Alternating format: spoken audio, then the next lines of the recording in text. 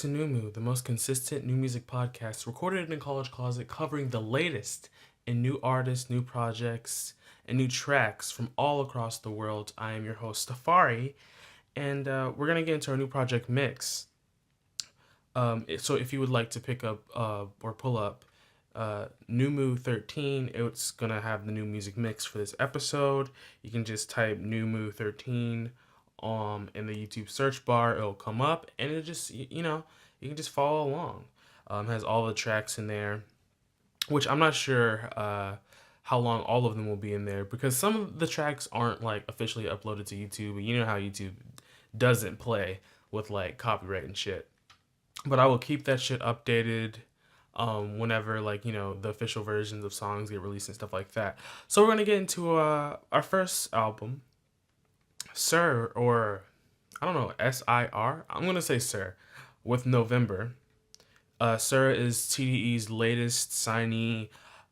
He's pretty interesting. He's like an R&B artist, but I don't know. I get this kind of feeling that he's very different from a lot of the other artists in TDE. Maybe not so much so, because they have artists like, SZA, and I think Isaiah Rashad is also an R&B artist. If I'm not, don't kill me. I just never heard his music, but I'm pretty sure he's on the same side of that too.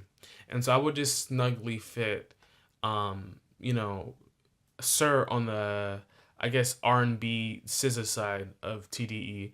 Whereas, I couldn't even see a Kendrick feature on this album. Schoolboy Q is on this album. But Something Foreign, I don't really want to talk about that song. The songs that I was more interested in kind of fit into this narrative that Sir created with his track that I covered, probably the first NyuMu, I think it was, which was Something New. And it was so weird, because there was this weird like album version of the track. I don't think there was a single version, at least not to my knowledge. There might be on Spotify, but I listen to Apple Music because I have Apple Music Premium, whatever the fuck is, or I just have Apple Music. Apple Music doesn't even have free users. What am I even fucking talking about?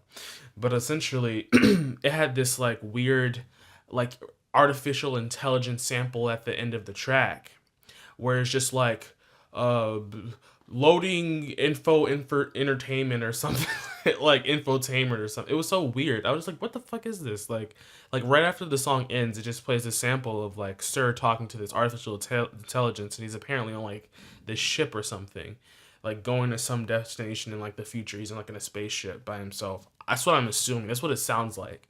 It was really odd by itself, but in the context of this record, it's strange, but at least the continuity is there. The story is still there, so it doesn't matter that he's trying to talk to like this AI being. No, that doesn't really matter.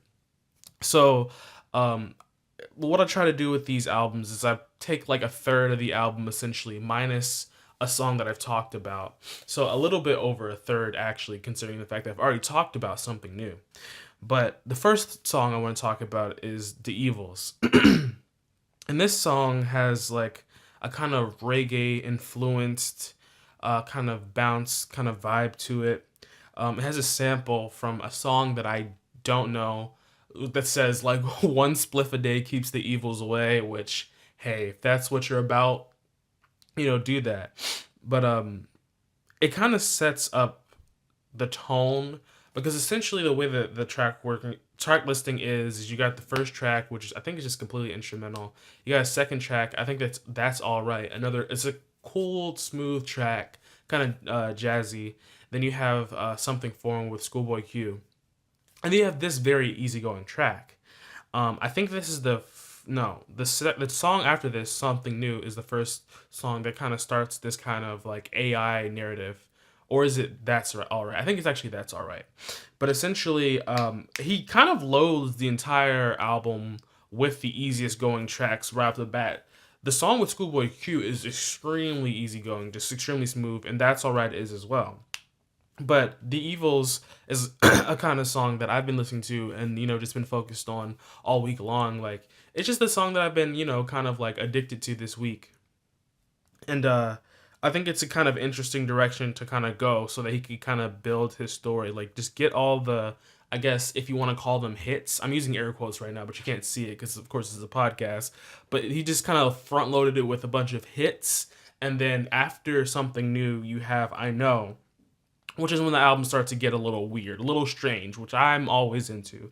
And it's kind of like a jazz, kind of like jazz, kind of R&B vibe that he's been going for, kind of akin to like Anderson Paak. We all know Anderson Paak, but the delivery of it is more so on the lines of, I want to say, like trap music. There's like an auto tune or probably like a chorus effect on Sir's voice, and it has this very like very new feeling kind of like trap vibe to it, where it's just like I don't even it's kind of hard to explain. He comes on with this really quirky kind of almost whining high pitched voice, and it's completely different from everything on the album in terms of vocal delivery, because it's just so out there and just like obtuse. I really was kind of shocked. I was just like, wait. The first time I listened to it, I was like, what the fuck? What is that? What am I listening to right now? And the song is just kind of interesting because it kind of builds onto the song that comes right after, and like the refrain or the chorus or whatever is "I know who your baby mama really is," and so essentially the whole album kind of dialogues this experience that he's having with his girlfriend currently, where he's like on the road or whatever. And I guess he's just trying to take shit easy, but he's having all these problems with the relationship because his girlfriend is kind of, I guess, needy, or, she just desires, him to be like kind of attentive in their relationship.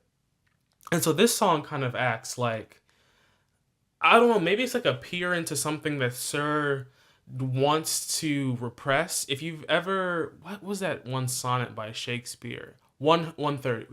If you've ever read Shakespeare's sonnet 130, it's kind of like that. Maybe it's like he's coming from the perspective of or is this Shakespeare's sonnet?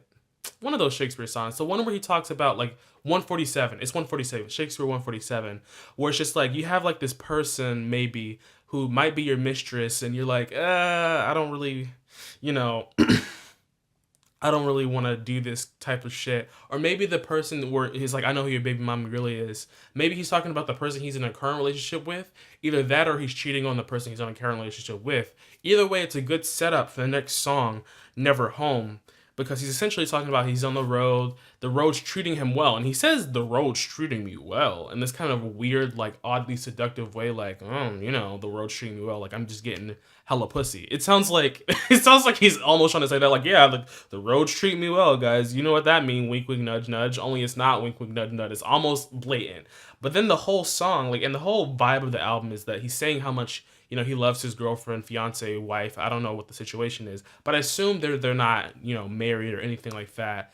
Because how else could you have the refrain, how I know who your baby mama really is? So I was kind of interested in that aspect of the story. And this song really pushes that narrative. It's a very calm sounding song accompanied by pianos, although Sir's voice has a slight tinge of annoyance, like, ugh. And the song has all these samples of this woman who, I'm not sure if this is acted or he literally pulled his significant other's voicemails and put them on the song. Hopefully with her permission, but if they're real, if they're not just acted. But she's literally hitting him up like, nigga, I called you 5 minutes ago. Why didn't you call me back? Blah, blah, blah, blah. And she's just really going in. And it feels really like impassioned, like, it feels very real. It feels authentic. And it's just like his kind of response to that, but like sonically. And, you just kind of get a peer into Sir's personality, sort of just like, this is the kind of guy he is. He's calm, he's calculating, he's thinking about this, he's very reflective. And after that, you kind of get into some, you get into some interludes. He has an interlude where did I say lube? Oh my God, you know what's funny? Anderson Paak has a song called something something interlude. And so maybe my brain was just like, interlude. That's an actual word. That's an actual word that I've had to say before. But he has an interesting interlude after this. I think it's called Better or something like that. But essentially he's talking to his AI computer, and I'm not sure which tracks, because I really haven't been paying attention. The album just kind of flows together, but after certain tracks, you'll get the little voice from the AI, and essentially there's an entire track where he's talking to the AI and he's like crying because essentially, some of the issues from Never Home, the track after I Know, you kind of get that like his relationship is essentially falling apart, and he's trying. It feels like he's trying to prove to his significant other that he is not cheating and he's being faithful, and that he's the only thing that he wants to do is be with his girlfriend. And you get that with the song "Dreaming of Me," which it's interesting that he this kind of framed in the sense of like, you're dreaming about me, because like clearly he knows that his girlfriend has sentiments for him, that she wants to, be with him, that there's a desire there. There's a strong sense of desire. But I don't know, you get to feel it. It's not one of those like take me back s songs where it's just like, oh please just take me back, I'm gonna love you better. It's not really like that. It's more like, this is like, let me make a case, like this is like how we feel when we're together, and this is and that. It doesn't sound needy, it doesn't sound pathetic. It's a really interesting and fresh approach to what I feel like the stereotype is of just take me back and like I'll promise I'll be better type bullshit. And this song, Dreaming of Me, stood out to me because it's one of the more like electronic sounding songs, and a little bit more sample heavy. Of course, there's samples interlaced all throughout this album, and that's kind of typical of TDE's kind of, I guess, production style. I'm not sure if Top Dog had like, a production credit, or he like executive produced the album. I'm not sure. I wouldn't be surprised, because I think in one of the songs, I think track 8, the song right after Never Home, he says that Top works him like nonstop or something like that. So I wouldn't be surprised, essentially. But yeah, and Dreaming of Me is just a really endearing song, and I feel like this is the song where Sir shows his vocal capabilities the most, because he does the background vocals, he does the hook, and he does the verses, which might sound like a little like what, who cares? But like that's an intentional choice. A lot of this album, you can tell he's bringing in a lot of talent, he's getting a lot of work, he's doing samples a certain way, blah, blah, blah, blah. This song is a bona fide Sir song. Like, he just takes over the track and he's just like, okay, this is just my track, this is my time to make my case to, my woman or whatever, if that's like the avenue that he was going for. Next, we have our second album, Cane Hill. This is a metal album. Too Far Gone is the name of the album, I'm pretty sure. I hope that's not the name of the song, and I just one of the first song, and I was like, oh, that must be the name of the album. No, yeah, it's Cane Hill with Too Far Gone. I guess the first track is just self-titled, but essentially you have what is maybe a slightly political metal album that is pretty aggressive. I almost said progressive, but I guess it's kind of progressive too. At least like, in a political sense. And sonically, we start off pretty aggressive, pounding percussion, like got some very single style. The main singer, his name is Elijah. I cannot for the life of me remember his last name. And you got, his like kind of like, he switches up his vocal style like every 3 seconds. But then you got like some super distorted guitars and like these like fucking buzzing ass like guitar solos and shit. It's crazy. And lyrically, it's just aggressive as fuck. I'm not sure if Too Far Gone is kind of like getting into like a political kind of realm or area, but the editor notes on Apple Music say that the song "Scumbag" off of this album is it has anti-neo-Nazi lyrics. I cannot tell what the main vocalist Elijah is saying, so I'm gonna defer to the editor's notes, because I'm just like, you know what? Hey, okay, that's cool. Next we have Lord of Flies, which also has that kind of starts with the buzzing guitars. Only in my notes I wrote bussing guitars because I'm dyslexic.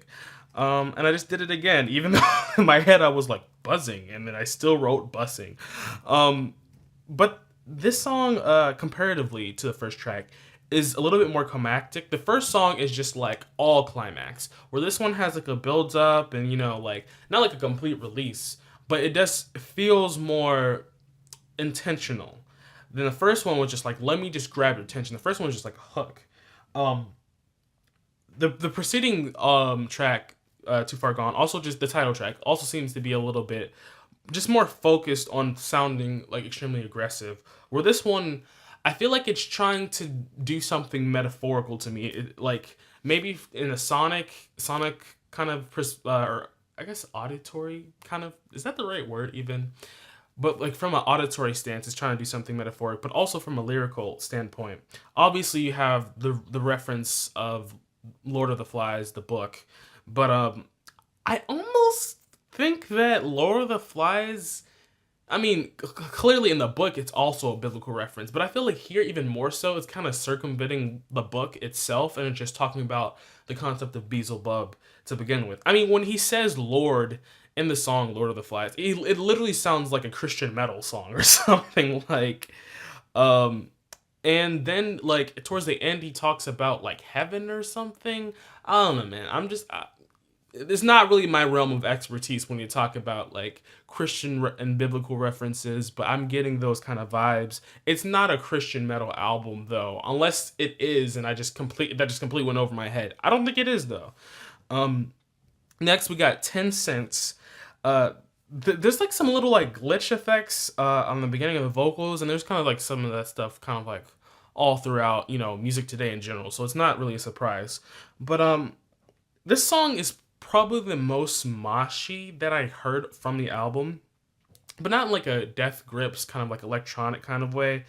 It just has some like interesting production choices to it as well. For example, on the hook, you got these like high pitched background vocals that sound well.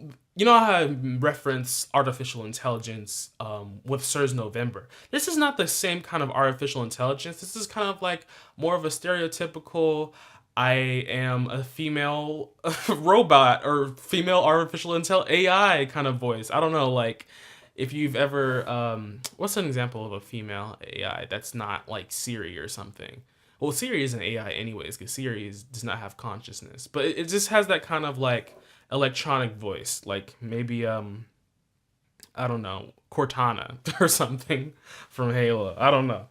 It just kind of has that electronic tinge to it. And then at the end of the song, you find out that it's just Elijah Wood's voice, of course, because I'm stupid. But he goes from using his, I guess, like more harsh vocals to his like regular talking voice, and it's just like an interesting kind of way to approach vocal production, I guess. And the lyrically, the idea of like heroes being dead as a point of note is kind of interesting, only because like I feel like when your heroes die off, and like this will make more sense when you actually listen to the song, but when your heroes die off, I feel like they become more significant or important. So when he's like, "All my heroes are dead," and he sounds kind of like upset about it, maybe that's the right word I would like use to describe how he's feeling, maybe not. But when he seems upset about it, I'm just like, I mean, but like I feel like niggas don't even really become your hero until they die. Like, let's be honest, Like, when they're alive, you're still just like, they're really, like, influential. But when they die, you're like, oh my god, they're a god, So, next we have Saint Beauty with Running to the Sun. An EP, okay, well, this is an 8-track EPs, and I feel like the 8-track EP is just going to become, like, the new thing of the future when you're, like, kind of a sort of newish artist. I would put Saint Beauty in the same I guess, indie lane as I would Rina Sawayama. And they did the same thing that Rina did. They took 6 tracks and they took 2 interludes and they said, this is an EP. And people are just like, you know what? Yes, this is an EP. And of course, they had, pre-release singles just like Rina had. And I just think it's interesting. I'm not sure if this is intentional or it's just a coincidence, but you know what? I enjoy that. First, we have Borders, electronic tinged kind of song with towards the beginning instrumentation of it, but the overall song kind of comes off as trap inspired, but yet like ethereal, but at the same time grounded. The opera-esque singing induces this kind of like atmospheric quality, but then the synths make the song feel more familiar. The trap kind of like bloodline feel, I don't know. It just comes with everything that, is in Atlanta right now, whether you're making R&B or whatever have you, unless you're making like, folk music or something. And it's coming from Atlanta, it's probably going to have some like, some hi-hats or something of that variation. Which this definitely does, not kind of, what the fuck. Lyrically, I could not really put this song down. I could not pin this song down lyrically because you got lyrics like halfway to Mexico, halfway to Tokyo. I don't know what this song is trying to convey to me lyrically, especially since the name is Borders and Japan is a borderless country. I mean, like, literally, it borders water. Like, the water borders Japan. So I don't understand like the halfway to Tokyo, halfway to Mexico. I don't understand. But I was interested. This song piqued my interest, and I'm like, okay, let's continue with this album. So then you got a song titled Stone Mountain, and then that's when I had to stop everything and go, look, okay, they are clearly from Atlanta, and this is before I like looked them up. Because I was like, no, nobody's gonna talk about our giant rock slab unless you're a fucking, environmentalist, ecologist or something, or you're just from Georgia, like, or you're just from Atlanta, really, because like uh, everybody's got bigger mountains. We just have the biggest granite slab. you know, it's a wonderful to it's mystical and magical to us for like the history, the really racist kind of crazy ass history behind it, and then just the marvel of you have this huge granite slab that people just carve some like racist ass shit into.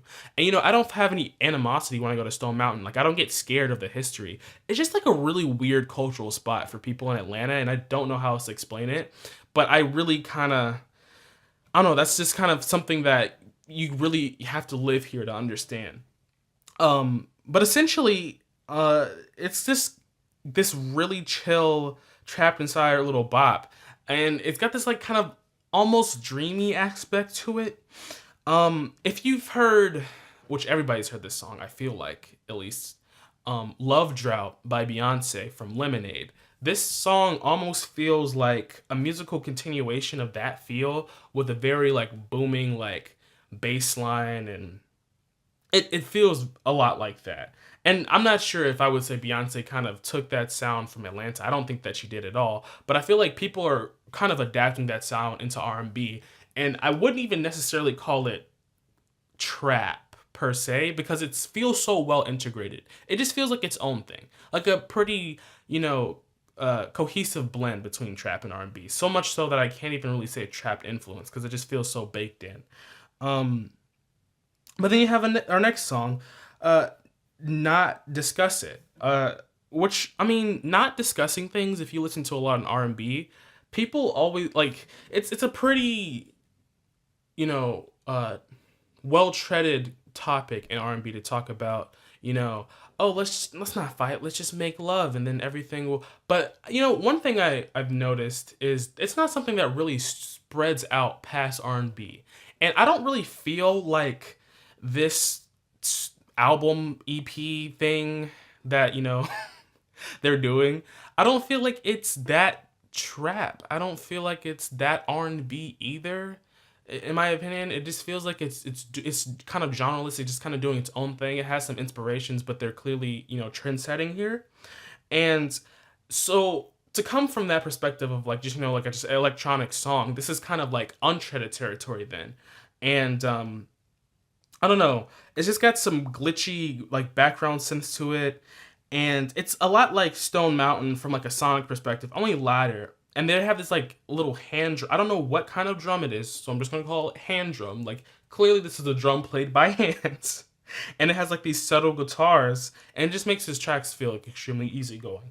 But I cannot overstate how, essentially, just the concept of let's not discuss it kind of thing, it just opens this whole kind of it's weird to kind of talk about this, only because in songs like this in R&B, when they say like, hey, let's just like get over, I don't want to argue with you type of thing, it's a lot more romantic. But this song isn't that romantic. It's just kind of easygoing, almost like somebody is undergoing like mental abuse or something, and you're just like, let's just maybe not discuss it. It's not like let's not discuss it, let's just make love. It's just like, maybe we could just, chill and like not discuss. I don't know, cause I don't really wanna. I don't wanna be there right now. I just don't have it in me, type shit. So if you're looking for a fresh take on that kind of topical choice, then hit your girl's Saint Beauty up, okay? I said girls like I was supposed to name two people's name, or women. Let's hit your women Saint Beauty up. But I still said that like there are two people. Like I was about to list two people's names. No, okay, they're a group. Saint Beauty. Go check them out. Next we got Cadence Weapon. Uh, kind of like rap, but trap. I don't even know, man. It's like it's some of the instrumentals feel kind of boom bap in a way. Like the first song on this, it feels boom bap, but like with trap instruments. It's kind of weird. Um, I almost had this song in last week's new tracks, but essentially I took it out because I felt like I had to just talk about it, in this kind of like segment or whatever. And I wanted it in there because the production is really interesting, like I just explained with the whole trap rap. I don't know which one it is, but it's kind of both. Um, it's mostly kind of reserved and like kind of gives Cadence Weapon a chance to just like communicate his message. And he's just kind of dialoguing about his 12 years or so in the rap game, and I don't know. I feel like while he's bragging about I write my own hits and I have my own amount of success and I have my basically my masters. I have the rights to my music, and that's has me above other people in a sense. He seems to be a little bit I feel like it's not that nice of a word to use, but whatever. He's a little bit insecure about the fact that he hasn't exploded yet. Which, I mean, hey, you have the right to that feeling. But he it's just a concept that he picks up on a couple of times in this album. And I'm not sure if I said this, but Cadence Weapons this album is self-titled. So it's just Cadence Weapon, Cadence Weapon. The next song I want to talk about, the next track actually, is Destination. I want to find sun to my destination. I don't know the words. But it's got some bouncy piano accompanied by some like pretty 80s sounding synths. They give the track, did I say synths? I meant to say synths. Giving this track some slightly like old school feels. There's also some pretty interesting like beat choices, like there's like arpeggiating pianos towards like the middle. They kind of contribute to that like old school vibe. The hook for this would be a smash hit in like 1996. I feel like in the days of like Ghetto Superstar. Well, I guess Ghetto Superstar was actually like what was that, 1998, 1999. So maybe like more like that era of kind of hip hop, right before like the bling era. Um, but it also feels distinctly modern because it has like those trap influences, the kind of like trademarks, the snares essentially, but definitely still nostalgic. And then you have a song, Infinity Pool, which made me think of another song, Rocket Man by Dumbfounded, because the whole like Infinity Pool reference, like I don't know why people like why that's such like a glamorous concept right now in rap music, but people like, hey, people like Cadence Weapon, up and coming. I guess he's not even up and coming because he's been here for so long, but it just feels natural to call him up and coming because he's so hungry, he's so ambitious, and he seems very concerned with money and getting that like level of success and acclaim that he feels like is deserved. And oh my god, I almost said specifically like a head ass, but specifically parts of this track really sound like they were produced by Kanye, like truly, because it has this kind of like sampling aesthetic. You know how he just like drops shit, like he just drops samples in and he just like smashes that button like 8 times in a row, and it's just a Kanye beat. There's something interesting about that like instrumentation choice, and there's, I swear to fucking god, there's like the Rugrats fucking sounding synths, and there's like this FX that sound like it's from Mass Effect. Like whenever you get hit by like I don't know what like object you have to get hit by in Mass Effect for it to make this sound, but it's like shoo. I don't even know how to explain. It's like shoo. That's all I can. That's all I can say. It just sounds like shoo. And there's a bunch of other like really glitchy stuff going on, and very Kanye-esque. So check out that Infinity Pool track if you don't check out anything else. And then you have the song After Party, or the after party, which is an interesting peer into like the importance of being an artist and your like artistic legacy essentially. Which it's kind of like a really personal track because 12 years in the game, his first album was critically acclaimed, but it was 2006. 2006, I guess, was the wrong time to be a critically acclaimed independent artist because you probably got picked up by like a major label, something like that. Especially if you're not living in America and you're not making like poppy music. People weren't really interested in critically acclaimed underground shit in 2006 like they are today. Like if Cadence Weapon would have dropped his first album today, he would be like Brockhampton level, like just really like on a clear path to like superstardom. But essentially he's kind of talking about like, yeah, like I go to this club like every week essentially, and I'm still not on the the guest list. And the album actually ends on like a kind of like a little somber note because he's like, yeah, maybe check my artist name on the list. Because I guess he goes to the bouncer, tells him his name. And he's like, no, check my artist name. Maybe my artist name is on the list.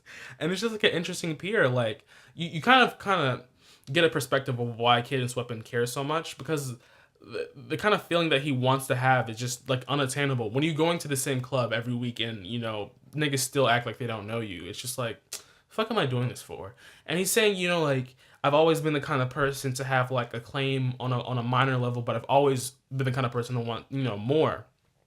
It's just a kind of a relatable kind of, standpoint. And I was really interested by that kind of aspect of his music. And the instrumental is a little trap inspired, bop or whatever, but that's kind of, keeping up with the theme of Cadence Weapons' newest album, or this album. Rather, why did I say newest album? Like I wasn't fucking talking about the album. But yeah, essentially that's all I really had. Okay, also I want to say that like clearly this album is, or not this album. Maybe wow, I didn't even think about that. But maybe the album itself is kind of like an admission of some sort of level of failure, but at the same time, trying to overcome those obstacles. But sorry. Essentially, that's all I have to say about these tracks. I hope that, if you listen and you enjoyed it, I hope that you look up NyuMu number 13 or NyuMu 13 in YouTube, or you click one of the links and to Apple Music or Spotify and you listen to these songs.